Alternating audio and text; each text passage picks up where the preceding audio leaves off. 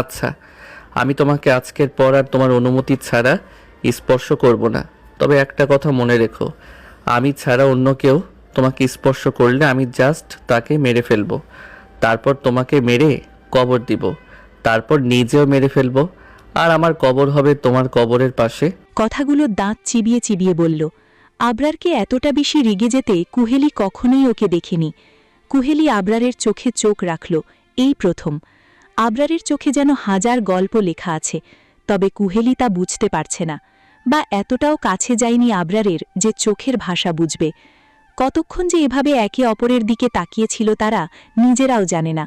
নীরবতা ভেঙে হঠাৎ কুহেলি নিচু কণ্ঠে বলল, আপনি তো আমাকে ভালোই বাসেন না মিস্টার মাফিয়া, তাহলে কেন আমাকে অন্যকে স্পর্শ করলে আপনি তাকে মারবেন, তারপর আমাকে আর কেনই বা নিজেকে মারবেন বলুন? মানুষ ভালোবাসলেও তো এতটা ভাবে না, তাহলে আপনি কেন এসব ভাবছেন? আবরার বরফের থেকেও শীতল কণ্ঠে বলল, কারণ তুমি আমার ওয়াইফ, তাই। আমি তোমাকে সত্যি ভালোবাসি না, আর না কখনো তোমাকে ভালোবাসবো। কারণ এসব ভালোবাসা টালোবাসা এরিক আবরারের ডিকশনারিতে নেই। বলেই আবরার বেড থেকে উঠে দাঁড়ালো।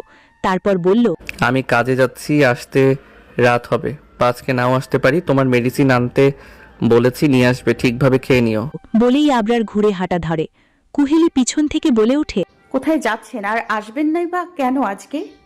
আমি অসুস্থ, আপনি আজকে অন্তত আমার পাশে থাকতে পারতেন। আবরারের পা থেমে গেল। পিছনে তাকিয়ে দেখে কুহেলি ওর ডাগর ডাগর আখির দয় দিয়ে ওর দিকে উদ্বিগ্ন হয়ে তাকিয়ে আছে, উত্তরের আশায়।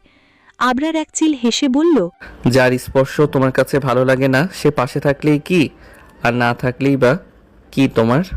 কথাখানা শেষ করেই আবরার বেরিয়ে যায়। কুহেলিও ভাবতে থাকে, সত্যি তো, আবরারের স্পর্শ ওর ভালো লাগে না, তাহলে আবরার থাকলেও কি আর না থাকলেই ওর কি? কোনো উত্তর নেই কুহেলির কাছে। রাত ৯টা। ফোনটা একটানা বাজছে বারবার অবিরাম। স্ক্রিনে একই নাম, শায়লা।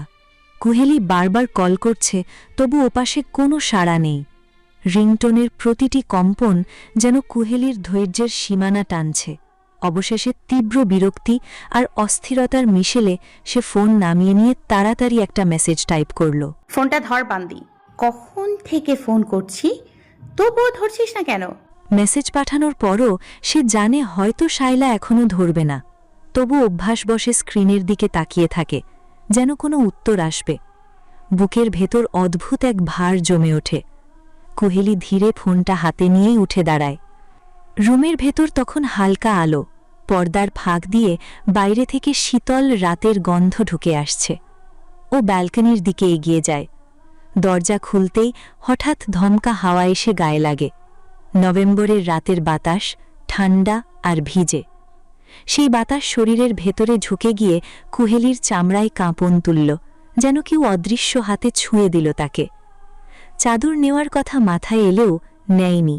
হয়তো এই ঠান্ডাটা এখন তার দরকার, মন জুড়ে জমে থাকা অস্থিরতাকে ছুঁয়ে দেখার মতো। ব্যালকনির কোনায় গিয়ে দোলনায় বসে পড়ে কুহেলি। নিচে নরম আলোয় রাস্তার দৃশ্য, দূরে কুয়াশায় মোড়া শহর। বাতাসে কোথাও একটা নরম গন্ধ, হয়তো শুকনো পাতার, হয়তো কোনো অজানা রাতের নিঃশ্বাস। কুহেলি ফোনটা পাশে রেখে 2 হাত জড়িয়ে নেয় হাঁটুর ওপর। চোখের সামনে কুয়াশায় মোড়া আকাশ, অথচ ভেতরে ঝাপসা এক পৃথিবী। তারপর কুহেলি কুয়াশা মোড়ানো আকাশের দিকে তাকিয়ে থাকে। রাতের আকাশটা যেন মলিন ধূসর ক্যানভাস, তারার ঝিলিক নেই, শুধু হালকা আলোয় ভেসে থাকা একরাশ নিঃসঙ্গতা। ঠান্ডা হাওয়ায় তার চুলগুলো মুখে এসে পড়ে, কিন্তু সে সরায় না। চোখ দুটো এক অদ্ভুত শূন্যতায় ডুবে গেছে। বুকে জমে থাকা কথাগুলো ঠোঁটের ফাঁক দিয়ে নিঃশব্দে বেরিয়ে আসে। আমি কি চাই আমি নিজেই জানি না। তার কণ্ঠটা এত নিচু যে বাতাসও যেন শুনে ফেলে। আবরার না থাকলে খালি খালি লাগে, অথচ ও পাশে থাকলে মনে পড়ে যায় আমার প্রতি করা ওর সেই রুক্ষ আচরণগুলো, সেই রাগ, সেই দহন, সেই শারীরিক অত্যাচারের কথা। একটা দীর্ঘ নিঃশ্বাস নিয়ে কুহেলি চোখ বন্ধ করে। ও স্পর্শ করলে কেন জানি ভেতরটা কেঁপে ওঠে, যেন কিছু একটা ভুল হচ্ছে, কিন্তু ও দূরে গেলে বুকটা ফাঁকা লাগে, নিঃশ্বাস নিতে কষ্ট হয়। কেন এমন হচ্ছে আমার সঙ্গে আমি বুঝতেই পারছি না। বাতাস হঠাৎ আরেকটু জোরে বয়ে যায়। সাদা চুলের ফাঁকে ছুঁয়ে যায় তার গলা, কাঁধ। কুহেলির শরীর হালকা কেঁপে ওঠে। সে 2 হাত জড়িয়ে নেয় নিজের গায়ে। ঠান্ডা হাওয়ার মধ্যে একটা অচেনা নিঃসঙ্গতা যেন তাকে আরও গভীরভাবে গ্রাস করে নেয়। তারপর পুনরায় বিড়বিড় করে বলে, আজ সারা দিন আবরার আমার একটু খবরও নিল না। তাতে আমার এত খারাপ লাগছে কেন আমি নিজেও জানি না। ঠিক তখনই হঠাৎ একটা উষ্ণ পরশ কুহেলির কাঁধে ছুঁয়ে গেল। সে চমকে উঠল। কাঁধে কেউ চাদর জড়িয়ে দিয়েছে, নরম, গরম, পরিচিত। কুহেলি ধীরে মাথা ঘুরিয়ে তাকাতেই বুকটা থেমে যায় এক মুহূর্তের জন্য। আবরার? আবরার, হাতে এখনও চাদরের এক প্রান্ত ধরা, মুখে সেই নীরব দৃঢ়তা আর চোখে অদ্ভুত কোমল আলো। কুহেলি এক মুহূর্তের জন্য কিছু বলতে পারে না। সে অবাক হয়ে তাকায়।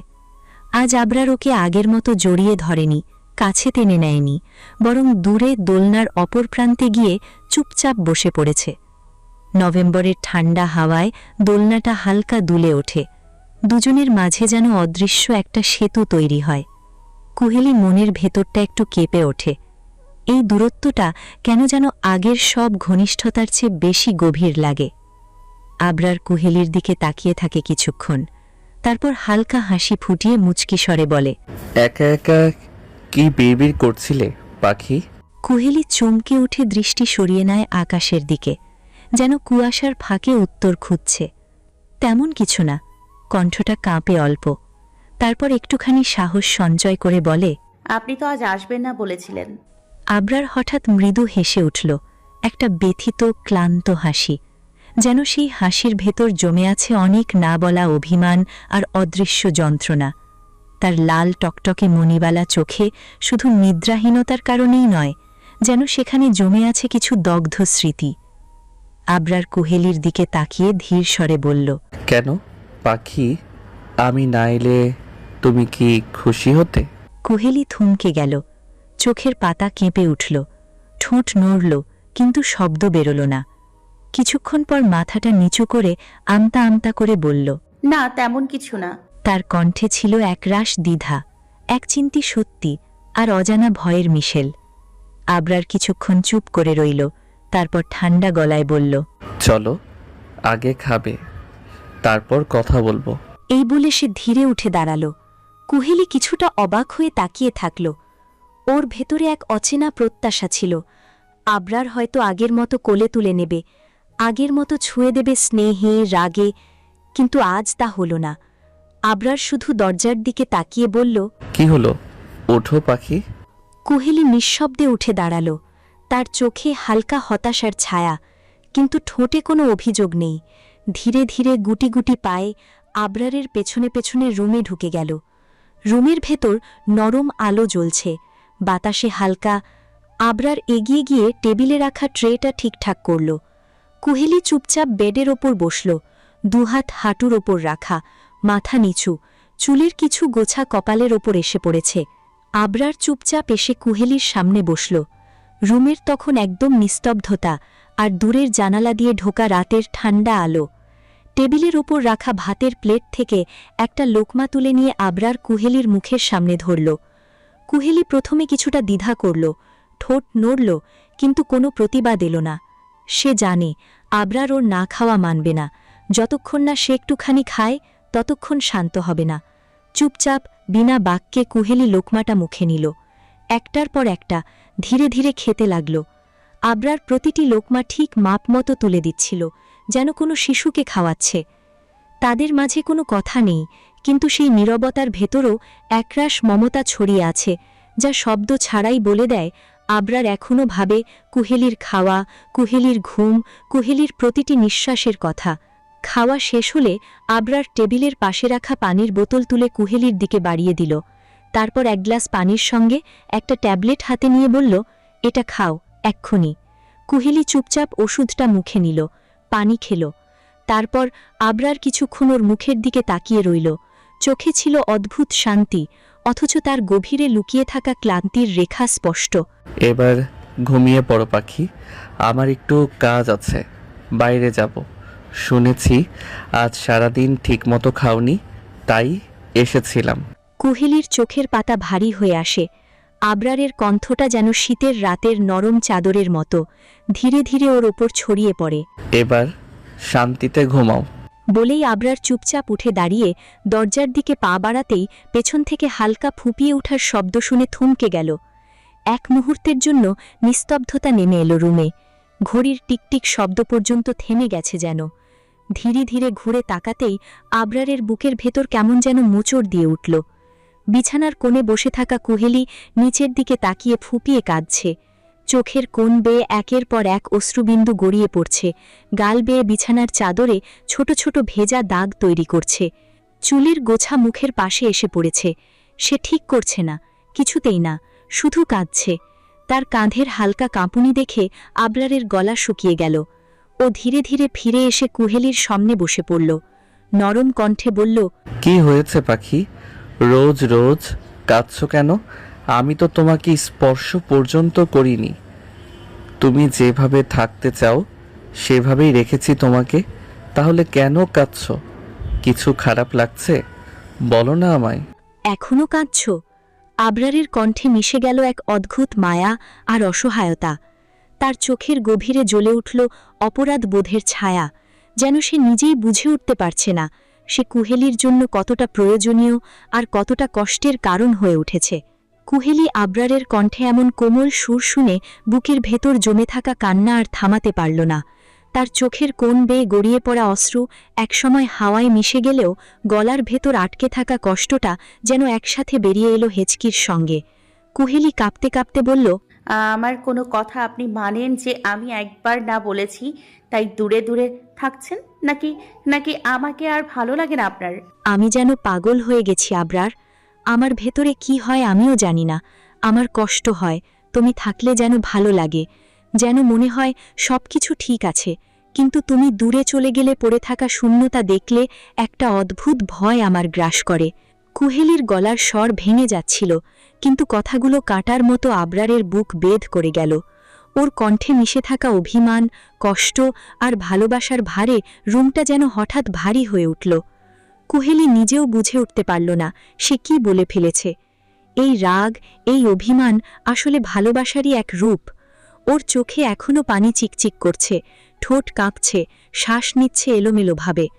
আবরার স্থির হয়ে তাকিয়ে রইল কিছুক্ষণ, তারপর ঠোঁটের কোণে এক হালকা ব্যথা মিশ্রিত হাসি ফুটে উঠল। চোখে যেন একচিলতে দুষ্টুমি, অথচ সেই হাসির গভীরে লুকিয়ে আছে এক দীর্ঘশ্বাস। তারপর আবরার বিড়বিড় করে বলল, তাহলে এই কারণেই মহারানীর অভিমান হয়েছে? আবরার আর এক মুহূর্তও দেরি করল না। এক ঝটকায় কুহেলিকে নিজের কোলে টেনে নিল। কুহেলি চমকে উঠল।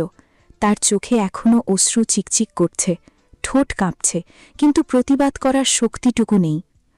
আবরারের বুকে মাথা ঠেকতেই ওর নিঃশ্বাসের গতি যেন ধীরে ধীরে মিশে গেল আবরারের হৃৎস্পন্দনের সঙ্গে। আবরার নরম হাতে কুহেলির সাদা চুলের ভেতর আঙুল চালিয়ে মাথায় হাত বুলিয়ে দিল। তার কণ্ঠে এবার এক অদ্ভুত শান্তি, যেন অভিমান ভাঙাতে গলিত মধুর স্রোতে বলল, তোমরা নারীরা বড্ড অদ্ভুত। কাছে আসলে বলো দূরে চলে যেতে, আর দূরে গেলে বলো কাছে আসতে। আবার তোমাদের থেকে দূরে গেলে আমাদের হৃদয় পুড়ে, আর কাছে আসলে অন্য কিছু করতে মন চায়। এখন আমি কি করব এটা বলে দাও আমার হৃদয়ের মহারানী। কুহেলি একদৃষ্টে আবরারের চোখের দিকে তাকিয়ে রইল। সেই চোখে কেবল রাগ বা আকাঙ্ক্ষা নেই, আছে এক অজানা টান, এক নীরব স্বীকারোক্তি। ঠান্ডা হাওয়া রুমের ভেতরে ঢুকে পড়ছে, কিন্তু তাদের দুজনের মাঝের উষ্ণতা ততক্ষণে রুমটাকে নরম আলোয় ভরিয়ে ফেলেছে। হঠাৎ কুহেলি কাঁপা হাতে আবরারের গলার কাছে শর্ট খামচে ধরল। তার চোখে তখন এক অদ্ভুত ঝড়, অভিমান, ভালোবাসা আর দুর্বলতার মিশেল। কণ্ঠটা কাঁপছে, গলা ভারী, তবুও স্পষ্টভাবে বলল, আমি জানি না কিছু, কিন্তু আপনাকে ছাড়া আমার ঘুম আসে না। আপনার বুকে মুখ লুকিয়ে আমি ঘুমাই, এটা এখন আমার অভ্যাস হয়ে গেছে, আর আমি এভাবেই ঘুমাবো, বুঝলেন? কুহেলির এই একরোখা জেদের মধ্যে শিশুর মতো সরলতা ছিল, আবার তাতে এমন কোমল আদর যা আবরারের হৃদয়ে ঝড় তোলে। আবরার কিছুক্ষণ চুপ করে রইল, কুহেলির চোখে তাকিয়ে। তারপর ঠোঁটের কোণে আস্তে একটুখানি হাসি ফুটল, শব্দহীন কিন্তু গভীর। সেই হাসিতে ক্লান্ত ভালোবাসার ছোঁয়া, সেই হাসিতে ছিল একরাশ শান্তি। সে কোনো কথা না বলে কুহেলির কাঁধে হাত রাখল, আলতো করে ওকে শুইয়ে দিল বিছানায়। তারপর নিজের দিক থেকে ধীরে ধীরে এগিয়ে এলো। বাতাসে তখন একরাশ নরম শীত, জানলার পর্দা দুলছে আস্তে আস্তে। আবরার কুহেলির পাশে শুয়ে ওকে নিজের বুকে টেনে নিল একটা নীরব আশ্রয়ের মতো। কুহেলি চোখ বন্ধ করল, মুখটা গুজে দিল আবরারের বুকের মধ্যে। তার নিঃশ্বাসের ছোঁয়া মিশে গেল আবরারের বুকে ওঠানামার সঙ্গে। কিছুক্ষণ পর কুহেলির ফিসফিস করা কণ্ঠ শোনা গেল, এইভাবেই থাকব, এখন আর কিচ্ছু চাই না। আবরার শুধু মাথায় হাত রেখে বলল, ঠিক আছে পাখি, যেভাবে তুমি চাও সেভাবেই থাকবে।